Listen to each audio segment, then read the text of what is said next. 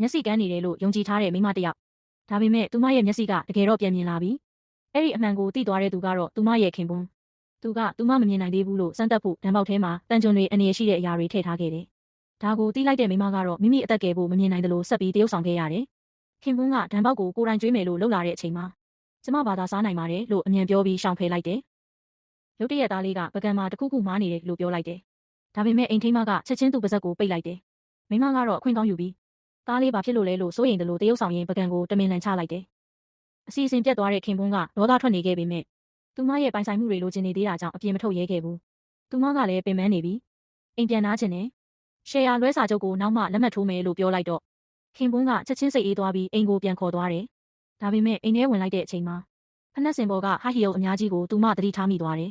မျက်စိကန်းပြီးကလေးကသူမဟိုက်ဟီယိုမစီးတော့တာကြောင့်အိမ်ထိန်းမကဖနက်ပြောင်းနေတာကိုမြင်ပြီးအရာအားလုံးနားလည်သွားခဲ့တယ်အိမ်ထိန်းမနဲ့သူမရဲ့ခင်ပွန်းနှစ်ယောက်လုံးဖောက်ပြန်နေကြတာပဲ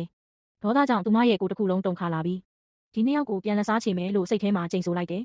ဒါပေမဲ့ဒီနေ့ဖြစ်ခဲ့တဲ့အရာတွေကြောင့်သူတို့နှစ်ယောက်ကလည်းသူမကိုတန်တရားဝင်နေပြီအခုတော့သူမကိုအပြီးဖယ်ရှားဖို့စီစဉ်နေကြတယ်မကြခင်အိမ်ထိန်းမကသူမကို terrace ပေါ်ခေါ်သွားခဲ့တယ်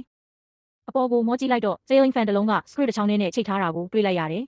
သူတို့နှစ်ယောက်ပန်းကိုအမြန်ဆုံးအချိန်နဲ့ဖွင့်လိုက်တဲ့အချိန်ပန်းကတဖြည်းဖြည်းပြင်းထန်စွာလှုပ်ခါလာပြီး